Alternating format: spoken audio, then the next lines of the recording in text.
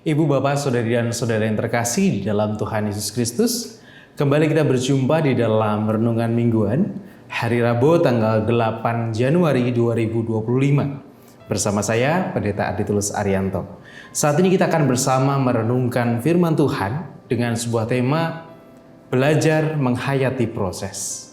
Mari kita sebelum merenungkannya, kita berdoa mohon pimpinan dari Tuhan. Mari kita berdoa. Segala puji syukur kami haturkan kehadirat-Mu ya Tuhan, untuk berkat yang senantiasa Engkau nyatakan dalam kehidupan kami. Dan saat ini kami bersama hendak merenungkan firman-Mu. Kiranya Roh-Mu yang kudus yang menolong dan memampukan kami, supaya kami dapat memahami kehendak-Mu dan kami dapat menghayati setiap cinta kasih Tuhan di sepanjang proses kehidupan kami. Kami serahkan ya Allah perenungan firman-Mu pada saat ini ke dalam tangan kuasa-Mu sendiri. Kiranya Roh-Mu yang kudus yang hadir dan menguasai setiap diri kami. Terpujilah nama-Mu kini dan selamanya. Amin. Sabda Tuhan yang menjadi dasar perenungan kita pada saat ini tertulis di dalam surat Efesus pasal 5 ayat 15 sampai dengan ayat yang ke-20. Yang demikian sabda Tuhan bagi kita. Karena itu, perhatikanlah dengan seksama bagaimana kamu hidup. Janganlah seperti orang bebal, tetapi seperti orang arif. Dan pergunakanlah waktu yang ada, karena hari-hari ini adalah jahat. Sebab itu, janganlah kamu bodoh, tetapi usahakanlah supaya kamu mengerti kehendak Tuhan. Dan janganlah kamu mabuk oleh anggur, karena anggur menimbulkan hawa nafsu, tetapi hendaklah kamu penuh dengan roh. Dan berkata-katalah seorang kepada yang lain dalam mazmur, kidung pujian-pujian dan nyanyian rohani. Bernyanyilah dan bersoraklah bagi Tuhan dengan segenap hati. Ucapkanlah syukur senantiasa atas segala sesuatu dalam nama Tuhan kita Yesus Kristus kepada Allah dan Bapa kita. Demikianlah bacaan sabda Tuhan, yang berbahagia ialah setiap orang yang dengan setia merenungkan serta memeliharanya. Haleluya. Amin. Di dunia yang serba cepat, di dunia yang serba berjalannya begitu cepat, begitu perkembangannya juga demikian cepatnya, kita kemudian secara sadar ataupun tidak, kita diajak untuk juga hidup dengan cepat. Hasilnya, seringkali kemudian kita ketika melakukan sesuatu, ketika kita mengerjakan sesuatu, yang kita fokuskan adalah pada sebuah hasil akhir. Oh, kalau saya mau membuat meja, berarti gagal atau berhasilnya saya tergantung nanti meja itu jadi atau tidak.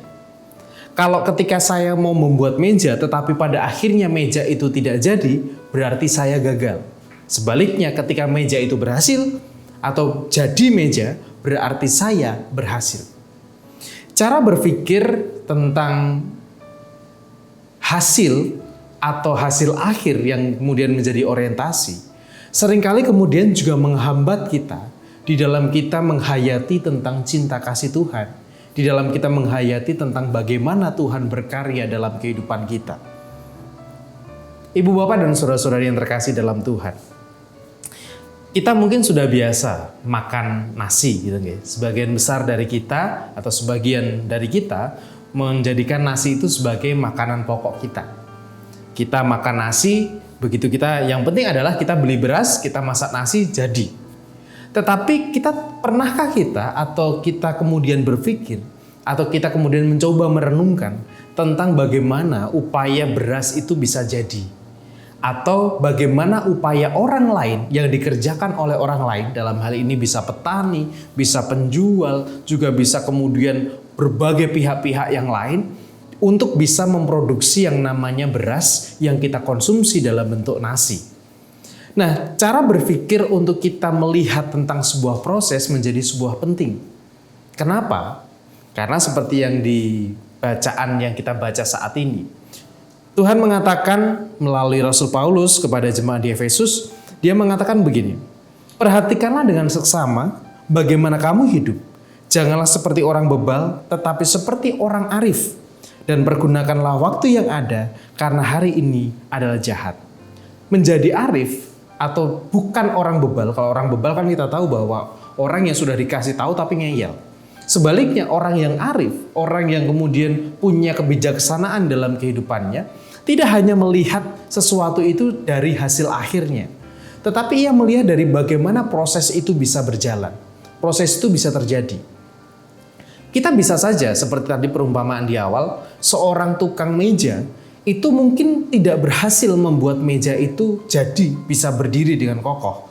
Tetapi orang yang arif akan mencoba melihat ketika ia gagal untuk membuat meja itu berdiri, dia akan berpikir, kenapa ya kira-kira kok meja yang saya buat ini tidak berhasil?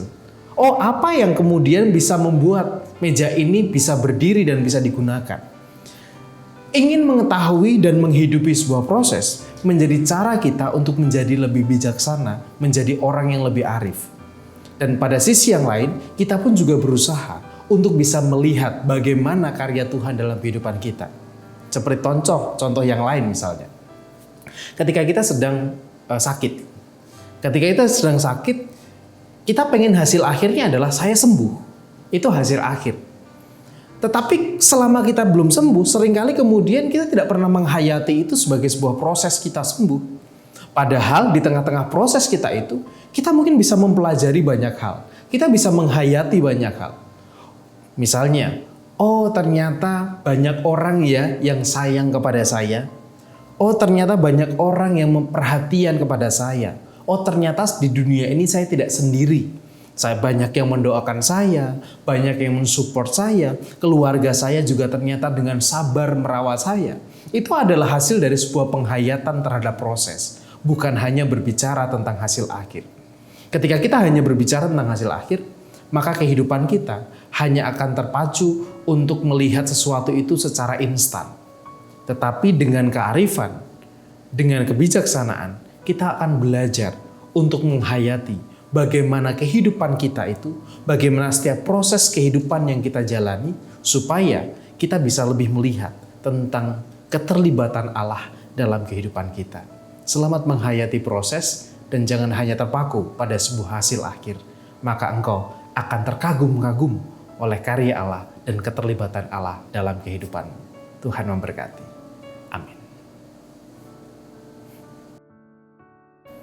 Marilah saat ini kita bersama berdoa, memasrahkan setiap pergumulan dan doa kita kepada Tuhan. Mari kita berdoa. Ketika kami menjalani hidup kami ya Tuhan, seringkali kami hanya berfokus pada hasil akhir.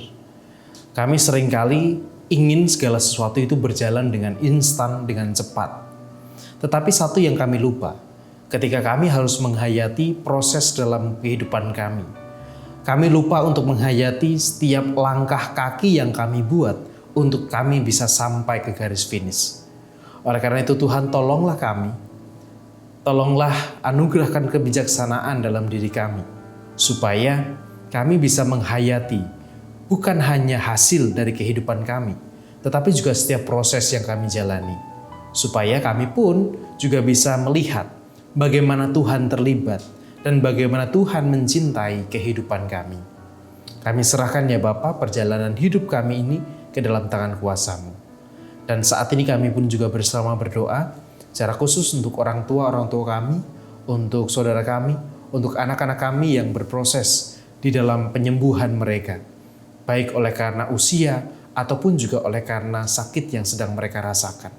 Kami secara khusus berdoa untuk Ibu Sarno, Ibu Tegira Sariman, Ibu Rosmiati Suhardi, Ibu Merjangkung, Ibu Endang Karno, Ibu Kun Mariatin Subarti, Bapak Christian Dauriwu, Bapak Elias Sariman, Bapak dan Ibu Sunarto Saputro, Ibu Sarti Buti Santoso, Ibu Mardi Utomo, Ibu Yatmertini Rosti, Ibu Sri Suarsi Rahayu, Bapak dan Ibu Priyono, Ibu Ami Birowo, Anak Amoresia, Ibu Sri Utami Suprapto, Ibu Margono, Bapak Ngatimin, Bapak Cahyo Mutati, Bapak Saharun, Bapak Warsito Utomo, Ibu Endang Joko Triyono, Bapak Edwin Krusma Yulianto, Bapak Pendeta Emeritus Dwi Nugroho, Anak Nasya Alana Putri, dan juga saudara-saudara kami yang lainnya. Kami menyerahkan mereka ke dalam tangan kuasa Tuhan. Kiranya setiap proses yang mereka jalani di dalam pengobatan, dalam penyembuhan mereka, baik melalui kontrol, obat-obatan yang dikonsumsi, maupun juga perawatan yang dilakukan. Kiranya mereka boleh semakin menghayati tentang keterlibatan Tuhan dan cinta kasih Tuhan di dalam proses penyembuhan yang saat ini sedang mereka kerjakan. Demikian juga kami secara khusus berdoa ya Tuhan, untuk saudara kami terkasih keluarga besar Ibu Ponirah, yang dimana Ibu Ponirah telah bersama-sama dengan Bapa di surga. Kami menyerahkan untuk keluarga yang ditinggalkan. Kiranya mereka pun juga boleh merasakan kedamaian, mereka boleh merasakan keikhlasan, dan biarlah penghiburan dan kekuatan dari Tuhan boleh dihidupi di tengah-tengah kehidupan mereka. Kami menyerahkan ya Bapa segala pergumulan-pergumulan yang kami miliki dalam kehidupan kami. Kiranya Engkau yang senantiasa hadir dan menguatkan kami, supaya kami tetap berdiri kokoh di dalam menghadapi pergumulan-pergumulan kami oleh karena kekuatan yang dari Engkau. Kami menyerahkan ya Bapa seluruh doa dan permohonan kami ini yang kami pinta di dalam nama Tuhan kami, Yesus Kristus. Amin.